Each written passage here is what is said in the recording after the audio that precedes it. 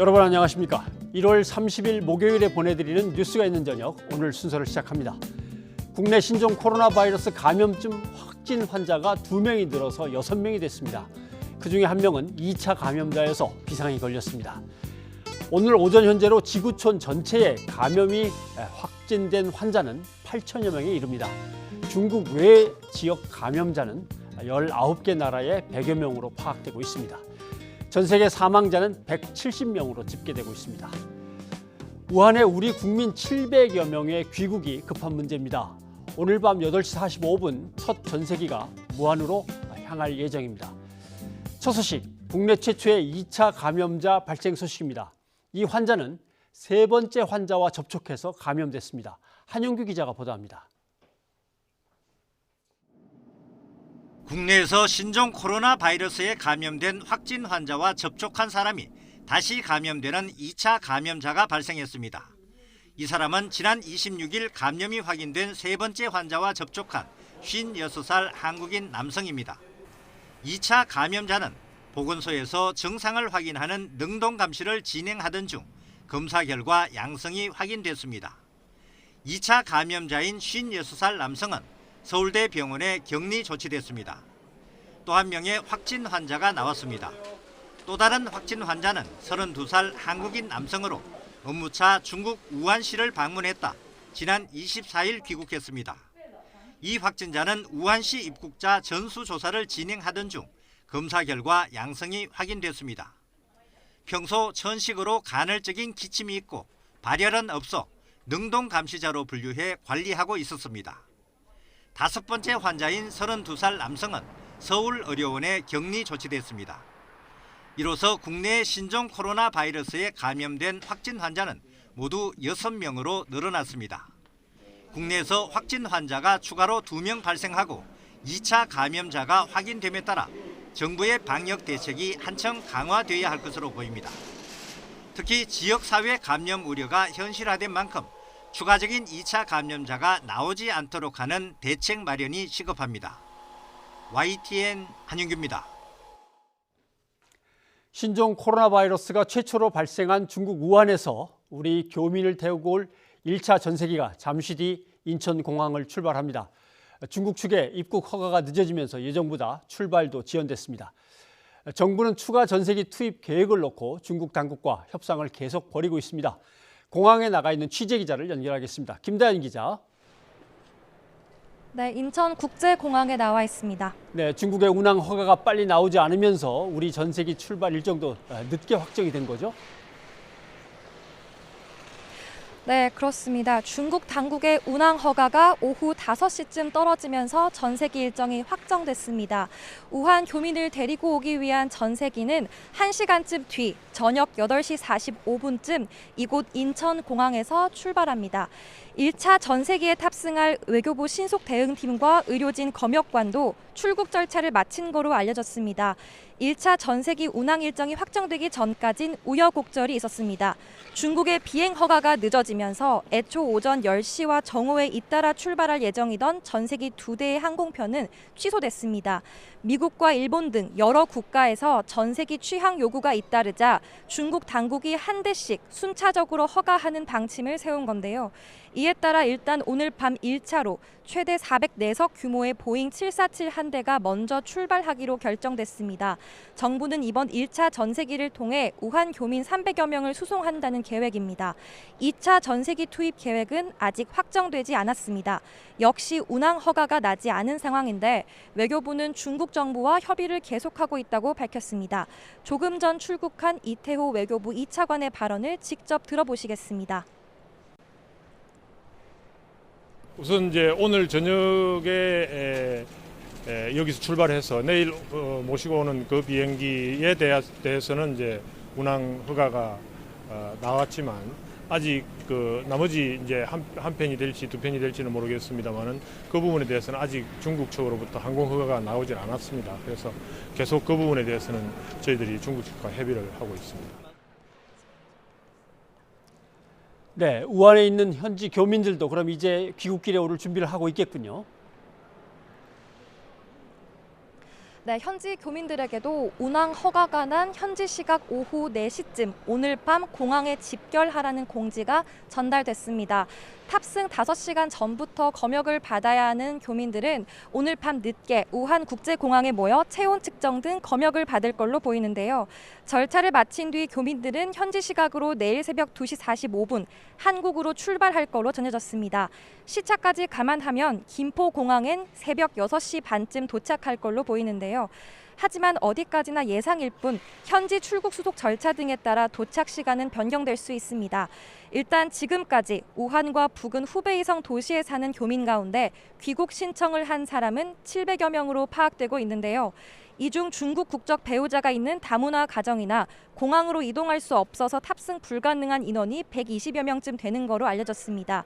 여기에 현지에서 공항까지 이동할 방법이 여의치 않아 귀국 인원은 정부가 기대하는 300여 명보다 더 적어질 수도 있습니다. 지금까지 인천국제공항에서 YTN 김다연입니다. 네, 이어서 중국 우한의 교민 송환을 위한 전세기 투입과 관련해서 이현아 기자와 함께 자세히 알아보도록 하겠습니다. 어서 오십시오. 안녕하십니까. 예. 중국 정부가 우리의 전세기 투입을 일단 그래서 1차 허가했습니다. 네, 그렇습니다. 앞서 보신 것처럼요. 현장 기자 연결해서 네. 보신 것처럼 오늘 밤 8시 45분쯤에 정부는 우한교민 송환을 위해서 전세기 한 대를 투입을 합니다. 오후 4시쯤에요. 총영사관이 교민들에게 중국 정부가 전세기 운행을 허가했다는 공식 문자를 배포한 것을 확인했습니다. 이에 따라서 오늘 탑승 예정 교민은 장안대, 우한대 등 이 보시는 것처럼 정부가 정한 집결지 4곳에 정해진 시간까지 모여야 하는데요. 구체적인 시간, 집결지 4곳은 현지 시각으로 밤 8시, 그리고 톨게이트까지는 밤 9시까지는 찾아가야 합니다. 이번에 투입되는 1차 전세기는요. 보잉 747편, 최대 404석 수용이 가능한 상황이고요. 정부는 1차 전세기 탑승자 규모를 한 350에서 최대 360명 정도로 계획하고 있다라고 밝혔는데요. 사실 이 부분 오늘 오전까지만 해도요. 정부는 전세기 투입에 대해서 중국 측이 우선 한 대만 운영을 승인하겠다고 통보했고 관련해서 협의 중이다라고 밝힌 바 있습니다. 교민들은요. 이 전세기 내 빈자리 없이 착석하게 되는데 이는 최대한 많은 탑승객을 수송하려는 방침으로 풀이가 됩니다. 대신요. 혹시 모를 감염 위험성에 대비해서는 탑승객 전원에게 마스크를 지급하겠다는 방침입니다. 네.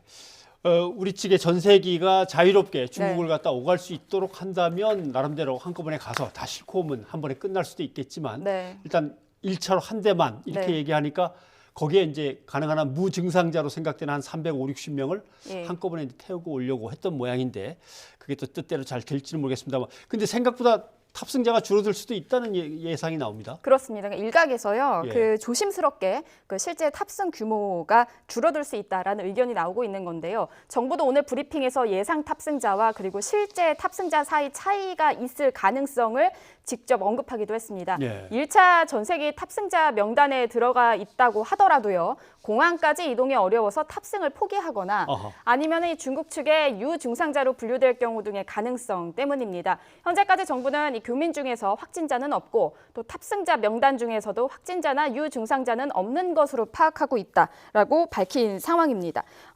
관련해서요. 직접 들어보시겠습니다. 그리고 이제 후베이성 한인회 쪽을 좀 취재를 했는데요.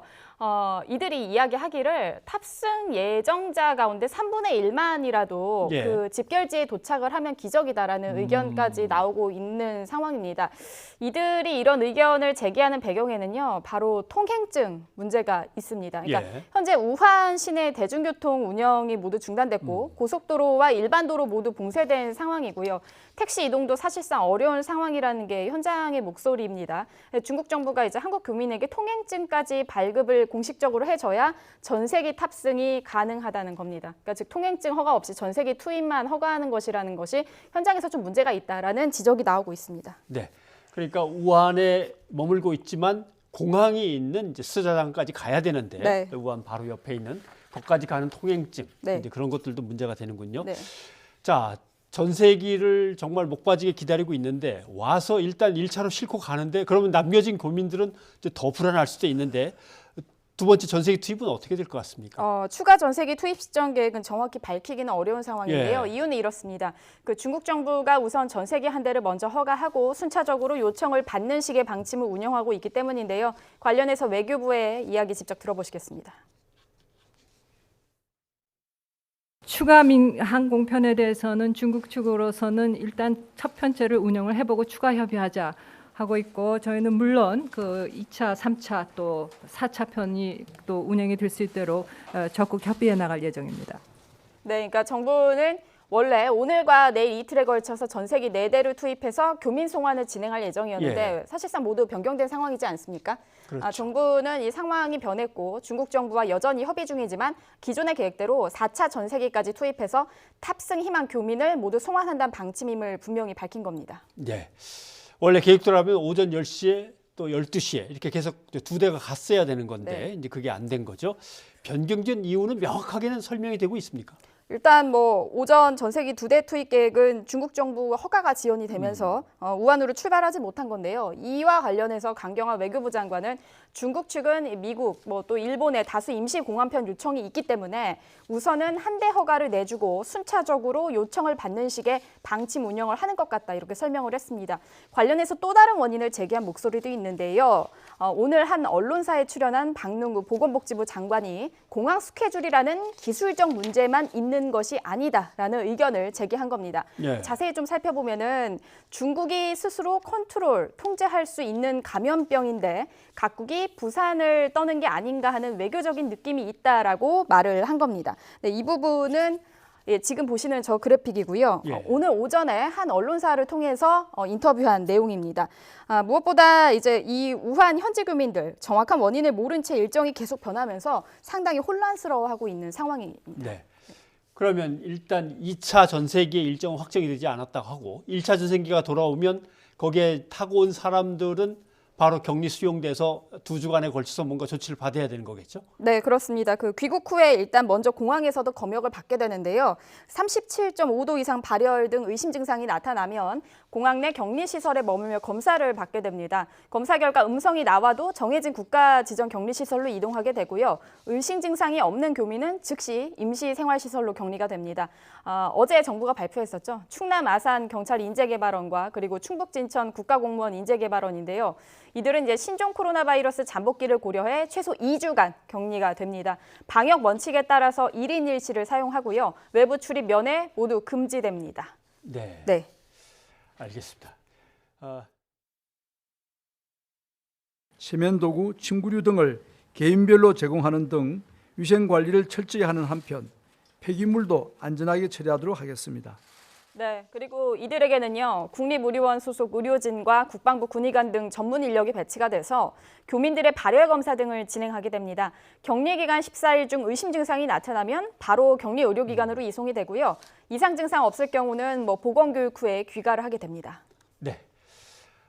그런데 격리 시설이 있는 지역은 정부 결정에 여전히 강하게 반발하고 있습니다. 네, 그렇습니다. 아산과 진천 쪽 여전히 예. 반발하고 있는데요. 오늘 오후에 진영 행정안전부 장관이 양승주 충남도지사와 함께 아산을 찾았습니다.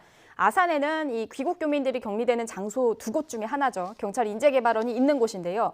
진 장관은 교민 수가 많고 일단 이 격리를 할 때 1인 1실이 필요하기 때문에 방이 많은 곳이 선정 기준이었다면서 지역 주민들이 걱정하지 않도록 최선의 노력을 다하겠다, 이렇게 밝혔습니다. 하지만요, 일부 격렬하게 반발한 주민이 달걀과 과자를 던졌는데요. 네. 그 현장 모습 직접 보시겠습니다. 이제 우리가 폭력시위를 할 거라고 예상을 했습니까, 안 했습니까?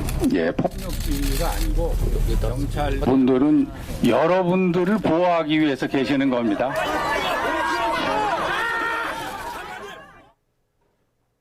네, 저렇게 하다가 이후에 이제 갑자기 제가 말씀드린 그 예. 달걀과 과자가 날아오고요. 그리고 이제 옆에 계신 분들이 급하게 검은 우산으로 네. 이제 진영 장관이 막는 것을 보호하는 것을 이제 볼 수가 있었는데요. 급하게 우산으로 막긴 했지만 이제 저 영상에서 보신 것처럼 현장에서 반발이 얼마나 심했는지를 알 수 있는 대목입니다. 또 현장에서는 수용결정 결사반대 등 팻말을 들고 진 장관을 향해서 욕설을 쏟아내는 주민들도 있었는데요. 다행히 이 과정에서 부상자는 발생하진 않았습니다. 네. 네. 그럼에도 정부는 이제 강행을 하겠다는 의지가 확고한 거죠. 네, 그렇습니다. 보신 대로 행안부 장관이 직접 지역 주민들을 만나서 설득하는 부분도 그렇고요. 예. 그리고 뭐 지자체장들이 지금 현재 공식적으로 주민을 설득하기 위해서 목소리를 높이고 있는 모양새입니다. 이시종 충북도지사는요, 우한교민 수용시설 변경이 불가하다며 주민 피해 방지에 최선을 다하자라고 말을 했고요. 또 이 지사는 직접 또 진천 주민대책위를 만나서 설득하기도 했습니다. 또 보건복지부 차관 역시요, 우한교민 수용에 지역사회 불만이 발생한 부분, 그리고 또 혼선을 초래한 점에 대해서 사과를 했는데요. 네. 이렇게 해서 중앙정부와 지자체가 직접 나서면서 성난 지역 주민 민심 달래기에 나서고 있지만 현장 분위기는 좀 쉽지 않아 보입니다. 네. 지금 현장 화면이 계속해서 뒤에 이제 나오고 있었는데, 네. 뭐 어찌 됐건 간에 정부의 정책을 수립하고 시행하는 데 있어서는 전문가의 말을 따라 주셔야 될 것 같고요. 지역 주민들이 나름대로 안타까워하거나 나름대로 좀 두려움을 많이 가지시는 거에 대해서는 뭐 충분히 이해를 하고 있습니다만은 나름대로 정부의 정책은 전문가들이 판단해서 분석하고 세운 거니까 어떻게든 좀 빨리 해결이 됐으면 좋겠습니다. 이현아 기자 수고하셨습니다. 감사합니다. 네, 후베이성 한인회 최덕기 회장이 지금 전화로 연결돼 있습니다. 현지 상황을 자세히 들어보도록 하겠습니다. 회장님, 안녕하십니까? 네, 안녕하세요. 예, 예. 최덕기입니다. 최 회장님은 후베이성의 한인 회장이시지만 지금은 한국에 들어와 계신 거죠? 예, 저는 서울에 있습니다. 네, 언제쯤 오셨습니까? 저는 뭐 14일인가 13일쯤 들어왔습니다. 네. 그러면 현지 상황은 이제 그쪽의 교민들하고 계속 연락을 주고받고 계십니까? 주로 뭘로 연락을 주고받으십니까? 저희는 단체방이 있습니다. 위챗 단체방이. 예. 예, 그래서 계속 모니터링하고 있습니다. 네. 연락 주고받고요. 알겠습니다. 네. 전세기가 오늘 아침에 좀 갔으면 좋았을 텐데 다들 몹시 기다리고 계실 텐데 지금 이제 좀 있다가 출발한다고 합니다. 현지 교민들 분위기는 이렇다. 우선 간단하게 먼저 전해주신다면 어떻습니까? 현지 교민들은 뭐 두 가지죠. 뭐 한 부류는 내 일터고 내 이웃이 아직 여기 있고 아직 여기서 안전하게 있을 수 있다고 하시는 분들 침착하게 계시고요. 또 한 부류는 이제 출장을 오시거나 여행을 오시거나 이제 그런 분들 좀 조바심 나죠. 말도 안 통하고 음식도 입에 안 맞고 조바심 나니까 빨리 오고 싶어 하시는 분들이 있고요. 그런 거죠. 예. 만약 지금 정부가 전세기가 출발하려다가 늦어졌습니다. 이제 출발합니다. 몇 시쯤 도착하겠습니다. 이런 것들을 계속 전달하는 것은 교민들한테는 어떤 방법으로 전달이 되고 있습니까? 예, 저희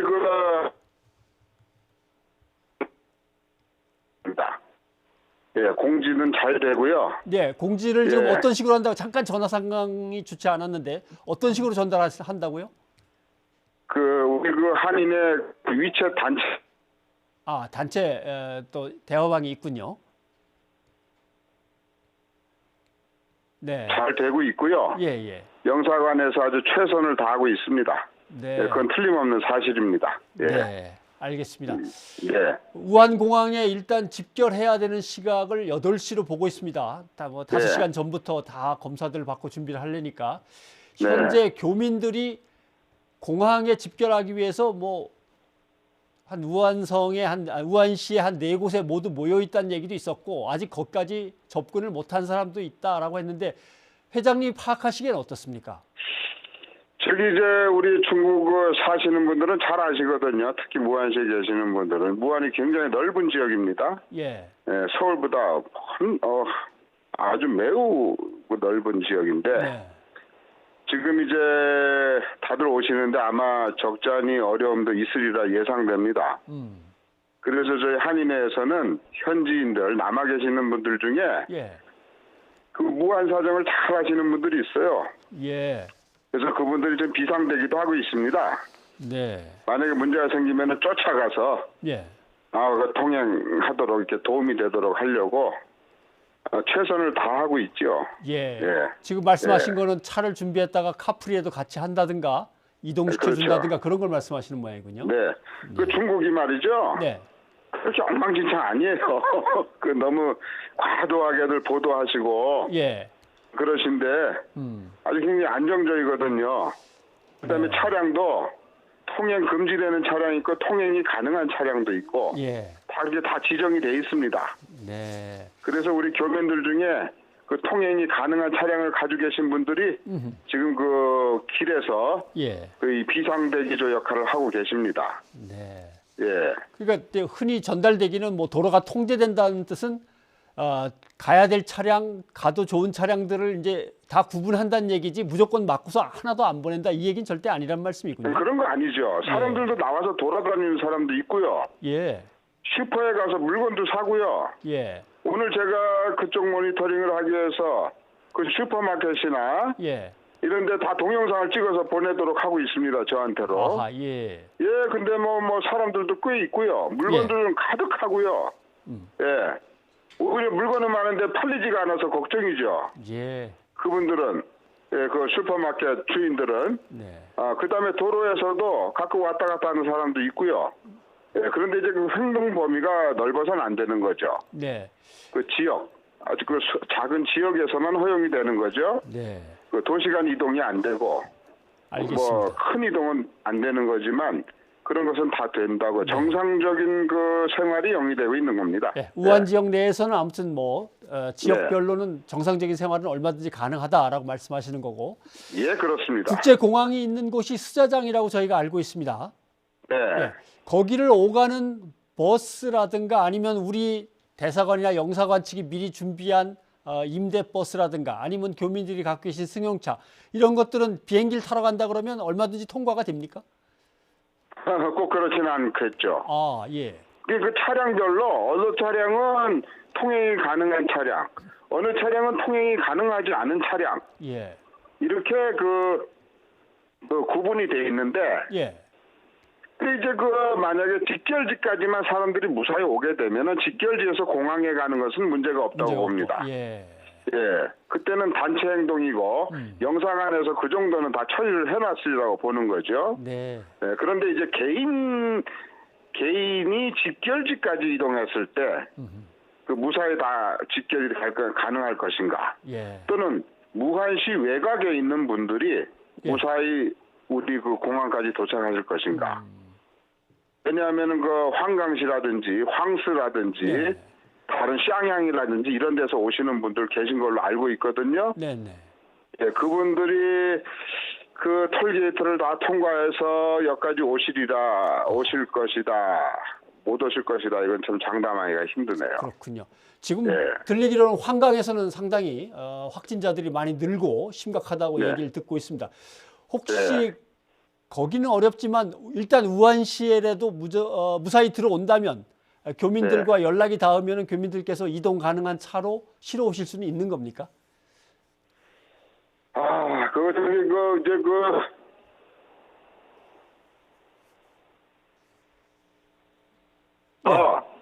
우리 교민들의 그 비상 탈출을 예. 잘 협조해 줄 것인가 문제인 거죠. 예, 예. 그러기 위해서는 우리 공관의 그 상호 소통 능력도 중요할 거고요. 예. 이번에 우리 그 공관의 능력을 보는 거죠. 예. 근데 지금 현재 공관장이 공석이거든요. 네, 네. 네, 어려움이 많이 있을 거라고 생각됩니다. 네, 알겠습니다. 혹시 새로 오신 분들 너무 신임으로 부임하신 분들이 많아서 소통상이 어떨런지 잘 모르겠어요. 네, 알겠습니다. 네. 우리 교민들 중에 의심 환자가 있다 또는 뭐 증상을 보이는 분이 있다 이런 얘기 좀 들으셨는지요? 그거는 지금 절대 알 수 없습니다. 네. 생각을 해보세요. 우리 교민들 또는 여행 가신 분, 출장 가신 분들이 대부분이거든요. 이번에 돌아오시는 분들이. 네. 뭐 교민들은 많은 분들이 안 오셔요. 근데 이분들이 이렇게 좀 몸이 안 좋다 해도 절대 감출 겁니다. 네. 저는 그렇게 봅니다. 철저히 감출 거예요. 뭐 약을 먹어서 열이 안 나게 한다든지. 왜냐하면 돌아와야 된다는 열망으로. 예. 그러니까 이게 관계 당국에서 치밀하게 철저하게 이걸 해야 되는데 일본 사람들 뭐 비행기 타기 전에는 아무 문제 없다가 비행기에서 내리니까 확진자들 많이 나왔잖아요. 네, 그렇습니다. 예, 일본 사람들 그런다면 한국 사람들 그런 일 없으라고 보십니까? 예.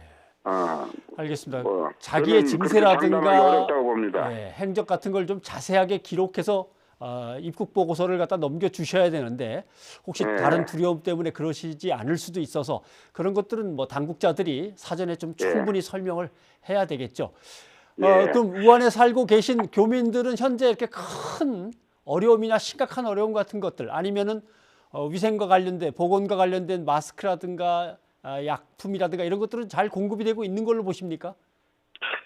현재 제가 그 무안에 남아 계신 분들만 따로 방을 만들었습니다. 네네. 그래서 지금 매 가정마다 식구가 몇 명이고 예. 어린아이가 있는지 없는지 노인네가 있는지 없는지 아주 구체적으로 조사를 하고 있어요. 예.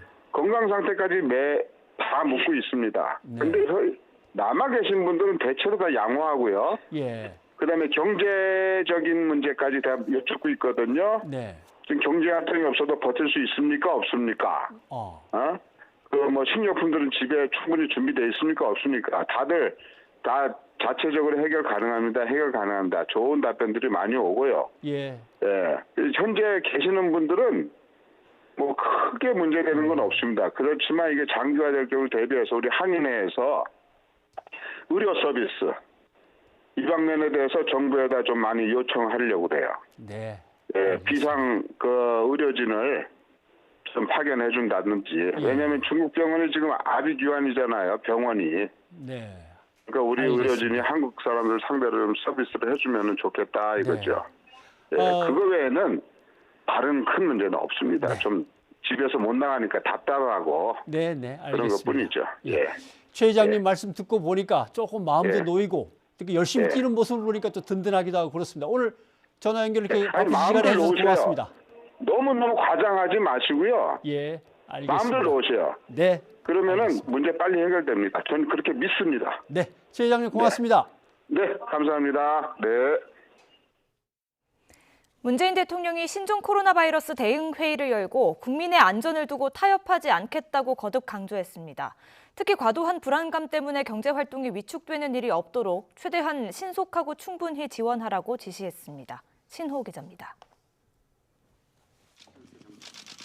문재인 대통령이 정세균 국무총리와 함께 세정제로 손소독을 마치고 회의장에 들어섰습니다. 청와대 3실장과 10개 부처 장관이 참석하고 17개 시도지사가 화상으로 연결된 신종 코로나 바이러스 첫 종합점검회의. 중국 우한 교민 700여 명을 귀국시켜야 하는 이유부터 설명했습니다. 우리 국민이 어디에 있든 국민의 생명과 안전을 지키는 것은 국가의 당연한 책무입니다. 진천과 아산 주민들의 걱정에 대해서는 완벽한 차단을 통해 감염을 막겠다고 약속하며 불안감을 달랬습니다.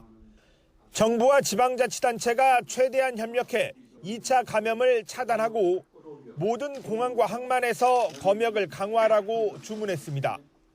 문 대통령은 국민의 안전을 놓고 타협하지 않겠다면서 과하다 싶을 만큼 강력한 선제 예방 조치의 필요성을 거듭 강조했습니다. 국민 안전에는 타협이 있을 수 없습니다. 모든 상황에 대비해야 하고 필요한 모든 조치를 다 취해야 합니다. 경제부총리를 중심으로 모든 부처가 경제 상황 관리에 총력을 기울이라고 주문했습니다. 불안감 때문에 정상적 경제 활동까지 줄거나 금융시장이 영향을 받는 상황에도 대비하고 지역 경제와 서비스 업종, 현지 진출 기업에는 최대한 신속하고 충분히 지원하라고 지시했습니다. 신종 코로나 첫 범정부 대책회의에서는 2003년 사스, 2015년 메르스 사태를 시나리오별로 점검해서 과도한 불안 심리가 가져올 실물 경제 위축을 최소화하는 데 초점을 맞추기로 했습니다. YTN 신호입니다. 중국 우한에서 오는 교민들을 천안에 수용하겠다고 했다가 진천과 아산으로 변경하며 주민들의 반발이 거세지자 결국 정부가 사과했습니다.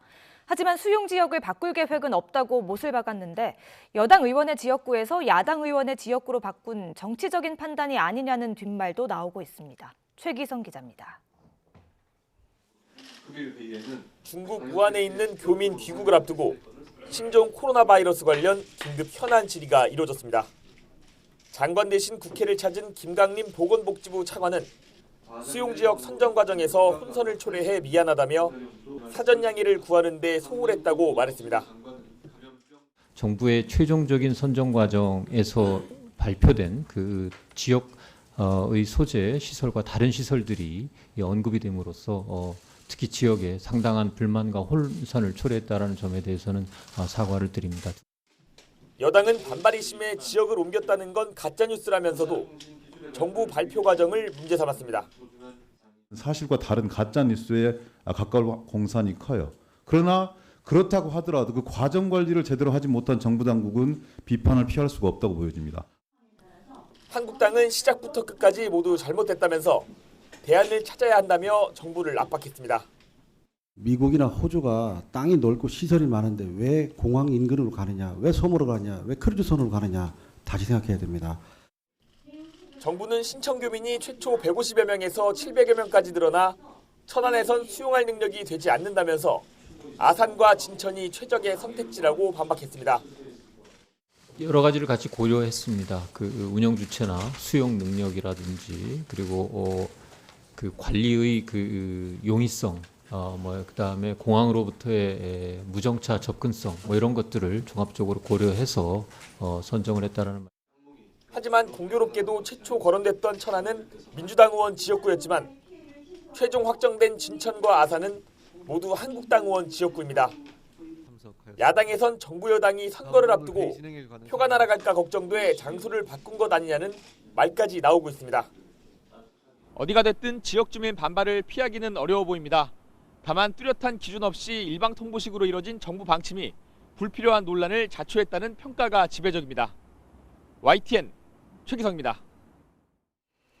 신종 코로나 바이러스가 확산하며 국내 검역 체계도 한층 강화됐습니다. 그러나 검역 인력은 턱없이 부족한 것으로 드러났습니다. 국회에서 관련 예산을 삭감해온 탓인데요. 일단 정부는 군 인력 106명을 추가 투입했습니다. 이형원 기자입니다. 인천공항 검역소에 중국에서 온 입국자들이 길게 줄을 섰습니다. 검역관이 한 명도 빠짐없이 체온 측정을 하며 건강 상태 등을 점검하느라 분주합니다. 나는 불편한 데 없으시죠? 네. 독감 걸렸었거든요. 조금이라도 증상이 의심되면 바로 2차 검역대로 옮깁니다.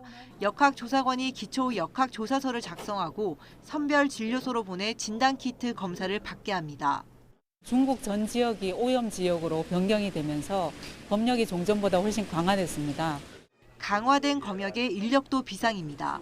중국 등 오염 지역에서 오는 입국자 검역을 위해 1차적으로 필요한 적정 인원은 533명. 교대 근무나 유증상자 발생 등에 대응하기 위해 필요한 최종 인력은 739명에 달하는데 현재 검역소 인력은 453명에 불과합니다. 해외 입국자가 해마다 증가해 2014년 3,122만 명에서 지난해 4천만 명을 훌쩍 넘어 검역 요원 1명이 사실상 10만 명을 검역하고 있는 셈입니다. 이 같은 현장 어려움을 일부 반영해 정부가 제출했던 검역 인력 증원 예산은 최근 3년 국회에서 줄줄이 삭감됐습니다. 인력이라든지 이런 것들이 문제이기는 하지만 지금 전 관계 부처라든지 이런 데서 다 협조적으로 인력을 지금 속속들이 지원을 해주시고 있는 상황이기 때문에 더 나아질 거라고 생각을 하고 있습니다. 신종 코로나 확산의 인력난이 극심해지자 정부는 경찰 등 250명을 임시 파견한 데 이어 군 인력 106명을 검역소에 추가 배치했습니다. YTN 이영훈입니다. 네, 계속해서 국립암센터의 김호란 교수와 함께 자세한 얘기를 더 나눠보도록 하겠습니다. 교수님 어서 오십시오. 예. 안녕하세요. 그냥 4명에서 멈췄으면 했는데 2명이 늘어서 6명이 됐고 예. 그중에 이제 세 번째 환자와 접촉한 1명의 2차 감염자가 나왔습니다. 제일 걱정했던 건데 이제 첫 번째 사례인 거죠. 예, 그렇습니다.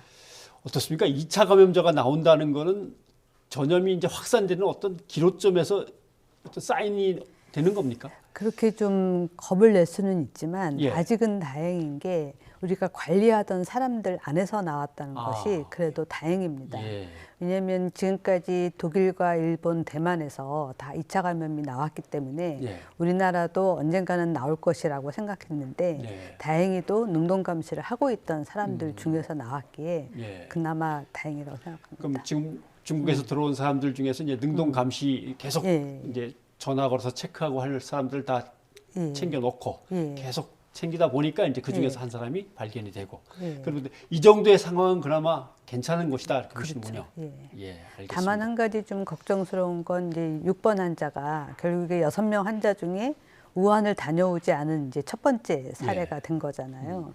이제 3번 환자의 이제 일상 접촉자로 능동 감시를 하고 있었던 사람이었어요. 예. 그래서 사실 이제 접촉의 수준이 밀접 접촉자는 격리를 하고 자가 격리를 하고 일상 접촉은 능동 감시를 하는데 예. 능동 감시 하는 사람 중에서 이제 환자가 나왔거든요. 그래서 이 사람의 접촉 수준이 정말로 일상 접촉 수준이었는지 예. 아니면 좀 더 크게 봐서 밀접 접촉까지 봤어야 되는 수준이 아닌지 우리가 능동 감시나 자가 격리하는 지금의 기준을 좀 다시 한번 검토해 볼 필요는 있겠다 싶습니다. 아무튼 국민들이 제일 걱정하는 부분은 물론 2차 감염이라고 표현을 해야 될지는 모르겠습니다만은 그냥 거리에서 또는 볼일을 보기 위해서 어디를 갔다 다녔는데 그 다닌 곳들에서 혹시 감염이 일어나는 거 아닌가. 근데 그럴 걱정은 사실 없습니까? 그렇게 걱정하실 수는 있는데요. 예. 지금 이제 이번에 밝혀진 환자랑 접촉한 사람들은 질병관리본부에서 열심히 찾아서 예. 다 일상 접촉, 뭐 자가격리, 능동감시 이렇게 해오고 있잖아요. 예. 그래서 그 안에서 나왔기 때문에 다행이고 일반 사람들이 혹시라도 그런 이제 내부에 있었다면 아마 예. 질병관리본부에서 연락을 했을 거라고 생각하고요. 그래도 걱정이 되신다면 항상 마스크를 쓰고 다니면 예. 되겠습니다. 알겠습니다. 너무 두려움을 갖는 거에 대해서 제가 오히려 더 걱정들을 하기도 합니다만은 예. 마음이 안 놓이니까. 그렇죠. 근데 이제 교민들을 태우기 위해서 전 세계가 준비를 하고 있는 상황이고요. 예. 이제 싣고 오면 당연히 이제 검진을 해야 될 거고 그쵸. 예. 격리 수용을 일단 예. 일정 기간 뭐 14일이라고 흔히 얘기합니다만 해야 될 예. 거고 그 결과에 따라 어떤 조치들이 이루어지고 과정을 좀 설명을 해주시죠. 예, 사실 이분들은 우리가 전 세계로 모셔오지 않고 개별적으로 왔으면 예. 그냥 감시만 하는 대상입니다. 왜냐하면 그러니까 공항을 확진자로 통과해서 나왔으면. 그렇죠. 예, 우한에서 왔다는 거 말고는 없으니까요. 그렇지만 우리가 가장 이제 엄격한 기준을 적용해서 우한에서 환자랑 접촉했을지도 모른다. 그 접촉이 밀접 접촉이었을 수도 있다. 네. 그런 최고의 가정을 해서 격리를 하자라고 생각을 한 거고요. 이 사람들이 들어오게 되면 일단 검사를 다 하고요. 검사에서 당연히 양성이 나오거나 그러면 이제 병원으로 가시고 그렇지 않은 분만 시설에 계시게 되는데 예. 시설에 있는 동안도 매일 하루 2번씩 발열 체크를 합니다. 아, 예. 예. 그리고 혹시라도 그분들 안에서 증상이 발생한 사람이 있고 그분들끼리 접촉하면서 질병이 확산되면 안 되잖아요. 네네. 그래서 시설 안에 들어가시지만 개인적으로는 각각 1인 1실에 들어가서 방 하나씩. 예, 예. 방에 격리되는 겁니다. 그리고 만약에 밖으로 나오게 된다거나 이러면 마스크를 써야 되고 그래서 다 같이 모여서 식사를 한다거나 이런 건 있을 수가 없습니다. 그럼 방마다 욕실, 화장실은 다 예, 있는 거고. 예, 그렇죠. 2주 동안 버티기가 아마 쉽지 않으실 아주 겁니다. 뭐 갓난 아기가 있다거나 이런 경우야 뭐 가족하고 함께 예, 있겠죠. 그렇죠. 보호자가 필요하다면. 예.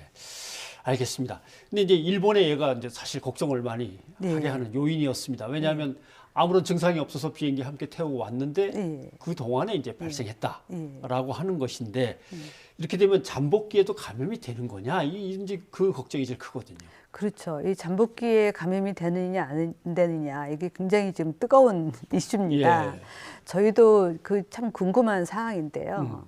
이제 잠복기라는 거는 감염이 돼서 증상이 나타날 때까지인데 예. 우리 몸 속에서 그때까지 계속 바이러스가 증식을 합니다.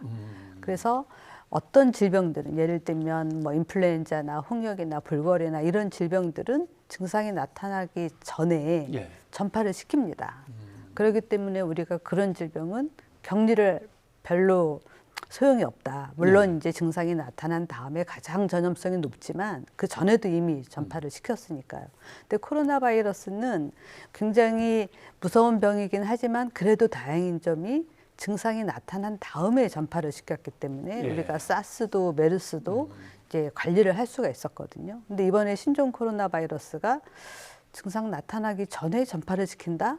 이러면은 굉장히 달라지는 문제예요. 근데 저희가 역학조사를 해본 경험에 의하면 사실 자각적 증상이라는 것이 어떨 때는 굉장히 애매합니다. 그래서 역학조사를 할 때 얼만큼 깊이 있게 캐물어서 예.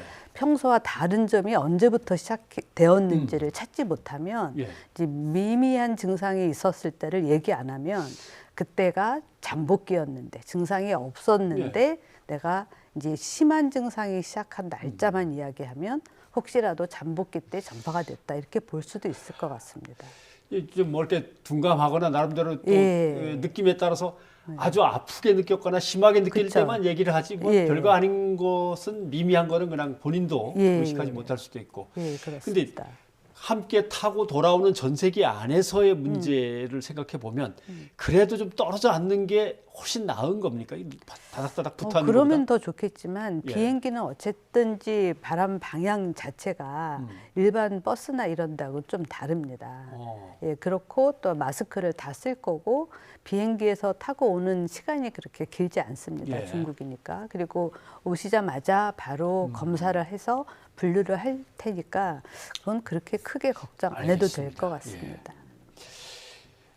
미국과 호주의 예를 보니까 뭐 영토가 여기저기 있고 넓어서 그런지는 모르겠습니다만 미국 같으면 알래스카에 일단 한번 가서 다 검사를 다시 하고 그다음에 일반 시가지하고는 먼 뭐 공군 기지에 뭐 따로 수용을 한다든가 또 호주나 뉴질랜드는 어디 섬 같은 게 있으니까 섬에다가 이제 모셔놓는다든가 이렇게 조치를 하는데 우리는 그게 안 됩니다만 우리 정도의 조치는 상당히 엄하게 하는 겁니까? 14일간 시설 격리 조치. 그렇죠. 굉장히 엄하게 하는 겁니다. 사실 그분들이 뭐 접촉도 안 했고 본인이 지금 거기서도 굉장히 이제 제한된 생활을 해오셨을 텐데 예. 거기 있었다는 이유로 지금 이제 2주 동안 격리를 하는 거잖아요. 예. 자가 격리를 하게 되면 그래도 방이라든지 마당이라든지 나가볼 수 있을 텐데 예. 여기는 완전히 방 한 군데 갇히는 거잖아요. 그래서 저희가 그때 메르스 때도 해보면 처음 한 하루 이틀 3일까지는 뭐 영화도 보고 책도 보고 하시다가 예. 한 3일 정도 넘어가면 굉장히 스트레스를 많이 받으시고 잠도 못 주무시고 힘들어 하시는 분들이 많습니다. 그렇죠. 하다못해 마당에라도 좀 잠깐 나갔다가 예. 자유롭게 이렇게 돌아다니다 오면 좋은데. 예, 그렇죠. 그게 안 되면 이제 다들 예. 갑갑해 하시겠군요. 예. 아이들은 막 울고 그러는 거 아닙니까? 그렇죠. 아이들은 그래서 아이들 뭐 놀이 공간도 만든다고 하고 그 시설에 심리 상담하시는 분도 예. 예, 투입을 한다고 합니다. 일본 같은 경우 보니까 아닌 게 아니라 검진을 한 다음에 집에 가실 분은 가시라고 했는데 예. 다들 남겠다고 하는 거 보니까 아마 가족한테 감염시킬까 봐 걱정을 하는 것 같습니다. 예. 예.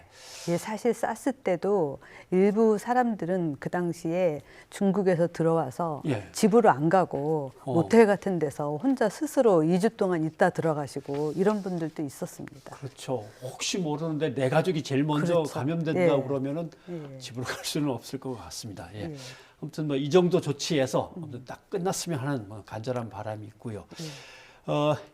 문제는 어느 지역에 수용할 경우 그 지역 이제 주민들이 이제 걱정이 이제 커지니까 그게 지금 반발로 나타나고 있습니다만은 대책본부에서 특별히 뭐 주의해야 될 지역 주민들의 감염과 관련해서 그런 것들은 뭐가 있을까요? 글쎄요, 저는 사실 지역 주민들이 반발한 게 처음에 좀 굉장히 의아하게 느껴졌습니다. 예. 왜냐하면 환자가 가는 것이 아니고 그저 노출된 일반 사람들이 가는 거잖아요. 사실 우리가 대학병원 바로 옆에서도 살고 의원 예. 바로 옆에서도 살고 예. 하루에 몇 번씩 병원을 뭐 애들 데리고 왔다 갔다 하기도 하는데 예. 그때 진짜 감염 환자가 많이 있는 곳에 노출이 되는데 별로 두려움 없이 살고 있잖아요. 근데 이분들은 환자도 아닌데 왜 그렇게 크게 두려움을 느끼실까 싶기도 했습니다. 네. 아무튼 뭐 철저하게 한다 보니까 네. 거기 이제 관련돼서 지원하는 행정 인력이라든가 뭐 또 아니면 진료 인력들도 다 거기 같이 그냥 격리돼 있는 거죠. 그렇지는 않을 것 같습니다. 예. 왜냐하면 왔다 갔다 해야 될 거고요. 저희가 메르스 때도 대청병원 같은 경우는 병원 격리를 했었습니다. 예. 그렇지만 일부 일하시는 분들은 왔다 갔다 하셨습니다. 알겠습니다. 오늘 밤에 세계보건기구에서 아마 논의를 또 긴급하게 한다고 합니다. 만약에 여기에서 국제 비상사태라고 하는 것을 선포한다면 그 이후에 달라지는 것은 어떻게 달라지는 겁니까? 국제 비상사태를 선포하면서 WHO가 어떤 권고를 할지 모르겠는데 네. 지금까지는 비상사태라고 하더라도 국제 공조를 하되 교역을 막는다든지 사람들이 필요한 사람들이 왔다 갔다 하는 거를 막지는 않았었습니다. 아마 이번에도 그럴 것 같고요. 가장 중요한 거는 각 국가에서 발생하는 환자의 양태라든지 상황을 모든 정보를 서로 공유를 해야 됩니다. 네. 지금 이 바이러스가 알려진 지 한 달도 채 안 됐잖아요. 전 세계가 잘 모릅니다. 네. 그러면 서로 가지고 있는 정보를 다 오픈을 해서 같이 연구를 해야지만 빨리 모든 역학적 특성을 밝혀내고 극복해낼 수 있습니다. 알겠습니다. 오늘 도움 말씀 고맙습니다, 교수님. 예, 감사합니다.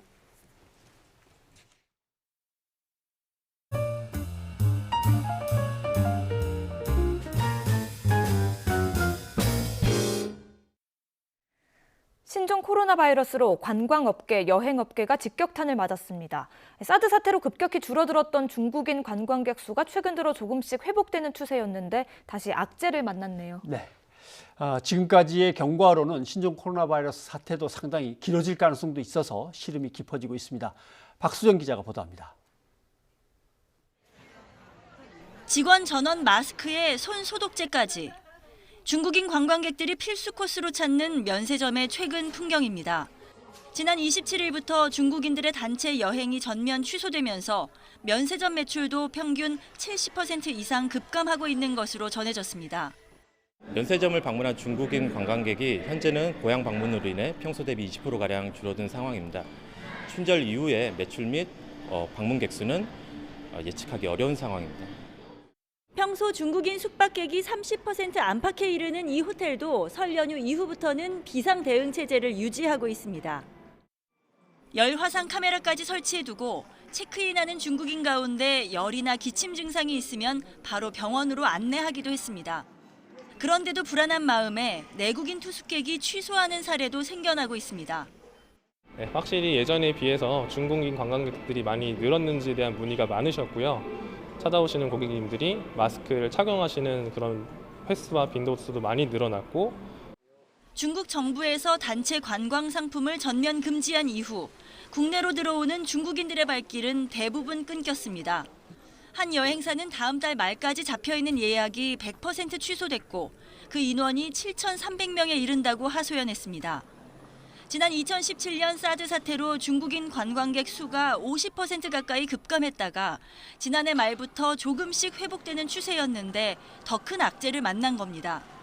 관광업계에서는 사드 사태보다 타격이 더 크지 않을까 우려하고 있습니다.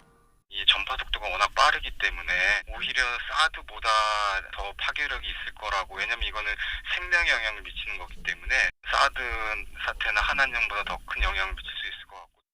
폐렴 바이러스의 특성상 환절기를 지나 날씨가 따뜻해지는 6월 이후에야 수그러들 것이라는 예측이 나오는 만큼 중국과 관련된 관광업계는 최소 넉 달은 마비 상태일 것이란 예측까지 나옵니다. 여기에 불안 심리가 중국을 적대시하는 추세로까지 번진다면 한중 관계가 더욱 나빠질 수도 있어 업계는 전전긍긍하며 촉각을 곤두세우고 있습니다. YTN 박소정입니다. 신종 코로나 바이러스 확산 우려에 국내 증시가 하루 만에 다시 급락했습니다. 코스피는 어제 종가보다 1.71% 떨어진 2,148.00으로 거래를 마쳤습니다. 네, 개인이 6,600억 원어치를 사들였지만 기관과 외국인이 각각 4,400억 원, 2,008억 원어치를 순매도했습니다. 코스닥 지수 역시 2.06% 내린 656.39로 마감했습니다. 반면 안전자산은 강세를 보였는데요. 원달러 환율은 7.8원 급등해서 1달러에 1,185원을 기록했습니다. 네, 동대구역에서 방역복을 입은 사람들이 한 남성을 쫓아가는 모습이 포착됐습니다. 어처구니 없게도 유튜버들이 신종 코로나 바이러스의 위험성을 알리겠다고 찍은 몰래카메라였는데요. 시민들은 불안감에 떨어야 했습니다. 네, 일단 훈방 조치됐다고 합니다마는 이런 일을 반복한다거나 또 고의로 시민들에게 공포심을 주려고 의도하거나 아니면 사실을 조작한 가짜 뉴스를 퍼뜨리거나 할 경우 형사 입건될 수 있습니다. 이윤재 기자의 보도입니다. 동대구역 광장에서 지하철역으로 이어지는 에스컬레이터. 한 남성이 도망치듯 뛰어내려갑니다. 뒤이어 방역복을 입은 사람들이 다급하게 쫓아갑니다. 대낮에 벌어진 추격전에 시민들은 충격에 빠졌습니다. 신종 코로나 바이러스 감염증 환자가 도망가는 것처럼 보였기 때문입니다. 대구 시민을 혼돈에 빠뜨린 장면은 유튜버들이 신종 코로나 바이러스 감염증의 위험성을 알리겠다고 연출한 상황이었습니다. 이들은 촬영한 몰래카메라 영상을 올리면서 마스크를 전달하고 경계심을 일깨우려는 의도였다고 주장했습니다. 하지만 공포심을 조장해 조회수를 올린다는 비난이 줄을 이었습니다. 무섭기도 하고 뭐 실험한 거면 괜찮은데 혹시나 진짜 환자였으면 엄청 무서웠어요. 많은 사람들이 걱정하고 또 불안한 상황에 있는데 서로가 그런 부분들 또 조심해야 되지 않나 그런 생각이 들었습니다. 소동을 일으킨 유튜버들은 결국 신고를 받고 출동한 경찰에 붙잡혔다가 귀가 조치됐고 사과글을 담은 해명 영상도 1시간 만에 비공개로 바꿨습니다. 바이러스에 약한 게 아니라 그 순간의 방심에 연약한 존재이지 않을까라는 의미를 담아내고 싶었습니다. 저희의 뜻이 좋았을지 몰라도 방법이 좋았다고 생각하지 않습니다. 대통령까지 나서 신종 코로나와 관련한 가짜뉴스를 엄중히 단속하겠다고 경고한 상황. 불필요한 불안감을 일으키는 행위는 자제해야 한다는 여론이 커지고 있습니다. YTN 이윤재입니다. 국내 대학을 다니고 있는 중국인 유학생이 약 7만 명이라고 합니다. 중국의 최대 명절인 춘절 연휴가 지나면 중국에 갔던 학생들이 대거 국내로 돌아오겠죠. 네, 그러겠죠. 대학 당국들도 걱정이고 또 이제 개학을 맞아서 함께 공부를 해야 하는 학생들도 사실은 마음속으로 모두 긴장을 늦추지 못하고 있는 것 같습니다. 김주환 기자가 보도합니다. 새학기를 한 달 정도 앞둔 대학생들은 벌써 신종 코로나 바이러스 걱정이 앞섭니다. 여러 곳에서 온 많은 사람이 모이는 대학 캠퍼스가 감염 위험이 높은 데다 질병 발원지인 중국 유학생들이 대거 복귀하기 때문입니다. 사실 걱정이 안 된다고 하면 거짓말일 것 같고요. 마스크를 이제 필수화하든지 아니면 손세정제를 필수화하든지 아니면 개강 날짜를 조정을 하든지 등 학교 측에서도 적절한 대처를 해주죠. 어학연수를 포함해 국내 대학을 다니고 있는 중국인 유학생은 지난해 기준으로 약 7만 명. 이 가운데 절반 이상이 방학을 맞아 중국으로 돌아갔다가 2, 3월에 돌아오는 것으로 나타났습니다. 중국에서 돌아오는 학생들과 같은 강의실에서 수업을 받아야 하는 불안감이 커지자 대학들도 구체적인 대책 마련에 나섰습니다. 연세대는 중국에서 돌아오는 유학생들에게 바이러스 검진 결과를 제출하도록 하고 기숙사방도 따로 배정하기로 했습니다. 다녀온 학생들은 또 마찬가지로 파악해가지고 지금 1인실 사용하게 하고 있습니다. 아예 중국 우한 지역을 다녀온 학생들의 등교를 막은 학교도 있습니다. 서울대는 지난 13일 이후 중국 우한을 다녀온 학생이라면 감염 증상이 없더라도 입국한 날부터 2주간 등교를 금지한다고 공지했습니다. 부산외대는 중국인 학생들에게 2월 말 이후로 입국을 연기해달라고 권고했고 배제되는 중국 학교와의 교환학생 제도를 잠정 중단했습니다. 대학가가 술렁이자 정부도 대응 매뉴얼을 배포했습니다. 신학기를 앞두고 신입생 오리엔테이션 등의 다수가 모이는 집단 행사는 가급적 자제해 주실 것을 요청드립니다. 교육부는 중국에서 돌아오지 못하는 유학생들의 출석을 인정해주는 방안과 함께 학교 방역 강화를 위한 예비비 지원도 검토하겠다고 밝혔습니다. YTN 김지환입니다. 임종석 전 대통령 비서실장이 오늘 피의자 신분으로 검찰에 소환돼 조사를 받았습니다. 네, 청와대 하명 수사와 선거 개입 의혹 사건에서 관련된 혐의를 받고 있는 거죠.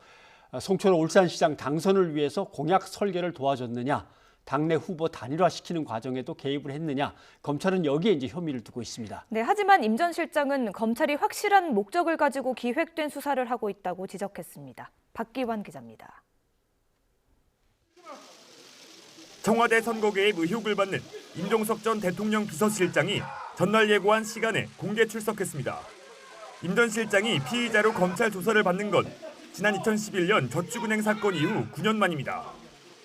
임 전 실장은 당시 대법원에서 무죄가 확정되기까지 고통을 먼저 언급했습니다. 무죄를 받기까지 3년 가까이 말하기 힘든 고통을 겪었습니다. 검찰이 하는 업무는 그 특성상 한 사람의 인생 전부와 그 가족의 삶을 뿌리째 뒤흔드는 일입니다. 철저하게 비공개 출석했던 조국 전 장관과 달리 임 전 실장은 검찰의 공개 소환 금지 규정이 시행된 이후 사실상 처음 포토라인에 섰습니다. 이번 수사가 명백하게 기획됐다고 비판하며 무리한 수사 책임은 누가 지느냐고 되물었습니다. 정말 제가 울산 지방선거에 개입했다고 입증할 수 있습니까?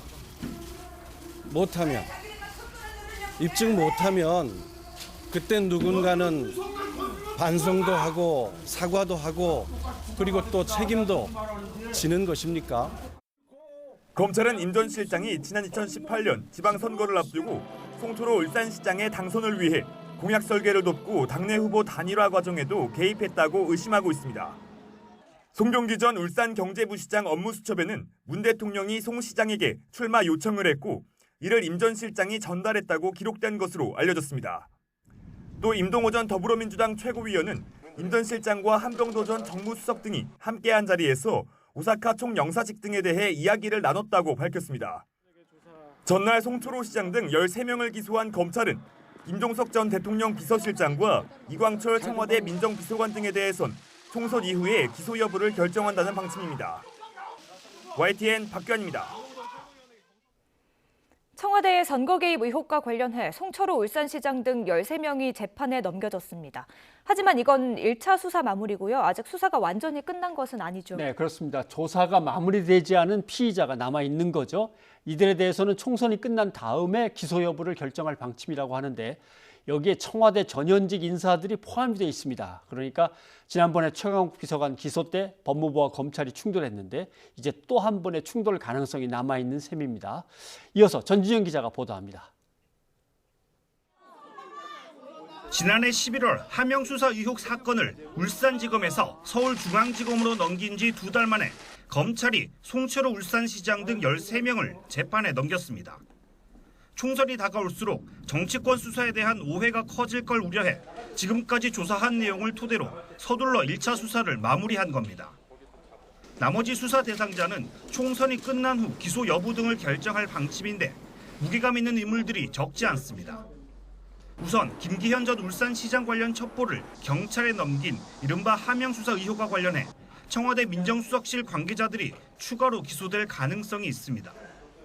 최근 검찰 조사를 받은 이광철 민정비서관과 당시 민정수석이던 조국 전 법무부 장관 등이 대상으로 거론됩니다. 임종석 전 비서실장과 함께 송철호 캠프와 접촉한 정황이 있는 이진석 당시 사회정책비서관 등도 수사 대상입니다. 당내 경선을 앞두고 송 시장 경쟁 후보들에게 경선 표기를 종용했다는 의혹과 관련해서도 검찰은 추가 조사가 불가피하다고 보고 있습니다. 자유한국당은 임종석 전 비서실장과 한병도 전 정무수석, 노무현 전 대통령의 최측근 3인방으로 꼽히던 이호철 전 민정수석 등을 관련 혐의로 고발했습니다. 청와대가 강하게 반발해왔지만 검찰 수사는 향후 다른 전현직 청와대 참모들로 확대될 수도 있습니다. 앞서 검찰이 최강욱 청와대 비서관을 기소하자 날치기라며 강하게 반발했던 추미애 법무부 장관은 이번 선거 개입 관련 기소에 대해선 별다른 입장을 내놓지 않고 있습니다. 하지만 검찰이 선거 개입 의혹에 대해 추가 기소에 나설 경우 법무부와 또 한 번 충돌할 가능성도 커 총선 이후까지 갈등의 불씨는 계속 이어질 것으로 보입니다. YTN 전주정입니다. 청와대 선거 개입 의혹 사건이 조국 전 법무부 장관의 사건을 심리하고 있는 재판부로 배당이 됐습니다. 네, 서울중앙지방법원은 공직선거법을 위반했다는 혐의 등으로 기소된 송철호 전 울산시장, 송병기 전 울산시 부시장, 황운하 전 울산경찰청장 등의 사건을 형사합의 21부에 배당했다고 밝혔습니다. 이 재판부는 조 전 장관의 가족비리 의혹 사건과 감찰 무마 의혹 사건을 병합해서 다음 달 12일 첫 공판 준비 기일을 진행할 예정입니다. 네, 문화계 블랙리스트 사건. 박근혜 정부 시절 문화예술계의 특정 인사들을 정치적인 이유로 지원 대상에서 제외한 사건이죠. 이 사건으로 재판을 받아온 김기춘 전 대통령 비서실장이 2심 재판을 다시 받게 됐습니다. 네, 오늘 대법원 상고심에서 원심을 깨고 사건을 서울고등법원으로 돌려보냈습니다. 좀 복잡합니다만은 블랙리스트를 만들어서 처리하라고 한 건 분명히 직권남용이 맞는데 그 일이 어떻게 되는지 수사를 수시로 보고하고 부처 간에 협의를 해온 것은 직권남용죄에서 빼라는 겁니다. 그게 왜 문제가 되는 건가요? 그러니까 형법상에 의무에 없는 일을 시키면 직권남용이고 그걸 수시로 확인하고 보고하는 건 지시가 잘못된 거든 맞는 거든 해야 할 일을 하는 거니까 그건 직권남용죄로 다 집어넣으면 안 된다. 그건 빼야 된다. 이런 얘기가 되겠습니다. 네. 그래서 조성호 기자의 리포트를 보여드리려고 했는데요. 방금 들어온 소식이 있어서 먼저 전해드리도록 화면이 하겠습니다. 들어오고 있습니다. 지금 인천 제2 여객 터미널입니다. 네, 지금 모습을 보이고 있는 사람들이 외교부 2차관, 이태호 2차관을 팀장으로 해서 외교부의 신속 대응팀이 지금 비행기를 타러 지금 이동 통로로 가고 있는 장면이 현장으로 나오고 있죠. 현장 화면으로. 중국 우한에 있는 우리 교민들을 데려오기 위해 잠시 뒤 전세기가 출발할 예정인데요. 지금 정부 합동 신속 대응팀이 연결 통로로 이용해서 항공기에 탑승하는 모습이 포착되고 있습니다. 네. 이 신속 대응팀의 팀장은 이태호 외교부 2차관이 맡고 있고요. 또 신속 대응팀에는 2차관을 비롯해서 외교부 직원 그리고 국립중앙의료원 소속의 의료진과 간호사 그리고 국립인천공항검역소의 검역관 등으로 구성이 되어 있습니다. 모두 20명 정도가 이 항공기에 탑승해서 우한으로 출발할 예정이라고 알려져 있습니다. 네, 지금 대한항공기의 동체 모습이 보이고 있는데 지금 가고 있는 것은 대한항공에서 운영하는 747 보잉 747기죠. 약 404명 정도가 정원으로 되어 있는데 지금 대한항공 승무원 15명이 여기에 이제 타고 가고 있는 거고 우리 외교부의 신속 대응팀과 그다음에 국립중앙의료원의 의료진, 인천공항 검역소의 검역원 등 해서 20여 명이 이 비행기를 타고 지금 우한으로 가서 우한에서 기다리고 있는 우리 교민들을 싣고 내일 새벽에 다시 인천국제공항으로 돌아올 예정으로 되어 있습니다. 네, 알려진 바에 따르면 한 13분 뒤인데요. 8시 45분에 중국 우한으로 출발할 예정이라고 알려져 있습니다. 네, 출발을 앞두고 정부 합동 신속 대응팀이 연결 통로로 이용해서 항공기에 탑승하는 모습이 조금 전 포착이 됐고요. 이 정부 합동 신속 대응팀은 모두 20명으로 구성이 되어 있습니다. 이태호 외교부 2차관이 팀장으로 있고요. 외교부 직원과 또 소속 의료진, 간호사 그리고 검역관 등으로 구성이 되어 있습니다. 8시 45분에 중국 우한으로 출발하면 3시간 정도 비행을 하고요. 이제 오늘 밤에 중국 우한에서 도착한 뒤에 거기에서 350명 정도의 교민들을 태우게 됩니다. 애초 계획대로라면 오늘 저녁에 이미 김포공항에 우리 교민들이 도착해야 하지만 중국 정부의 허가가 지연되면서 이제 오늘 저녁에야 출발을 하게 된 겁니다. 네, 다시 말씀드리면 지금 보고 계신 화면은 인천 제2 여객 터미널의 모습입니다. 지금 우한으로 우리 교민들을 실으러 갈 보잉 747 대한항공의 보잉 747기의 모습을 여러분들 보고 계시고요. 연결 통로로 조금 전에 우리 외교부의 신속 대응팀과 그다음에 의료진, 검역관들이 비행기에 탑승하는 모습을 막 보셨습니다. 일단은 무증상자들을 데리고 오는 겁니다. 네, 350명 정도가 이제 탑승을 하게 되고요. 마스크 등 검역을 철저히 해서 탑승을 하게 된다고 합니다. 네. 그리고 이제 오늘 밤에 출발을 해서 내일 새벽 6시 반 정도에 도착할 것으로 알려져 있습니다. 네, 계속해서 들어오는 대로 YTN 속보를 통해서 여러분들에게 전달해 드리도록 하겠습니다. 중국 우한 교민들을 국내로 이송하기 위한 전세기가 이제 인천공항을 조금 후에 출발하겠습니다. 현지에서 교민들을 태우고 돌아오는 시간은 내일 아침이 될 건데요. 관련 소식 YTN에서 계속 전해드릴 테니까 지켜보시기 바랍니다. 네, 그리고 오늘 뉴스가 있는 저녁은 로코베리의 흰눈이 내리면 넌 올 거야 들려드리면서 마치도록 하겠습니다. 네, 저희는 내일 다시 인사드리겠습니다. 여러분 고맙습니다. 겨울에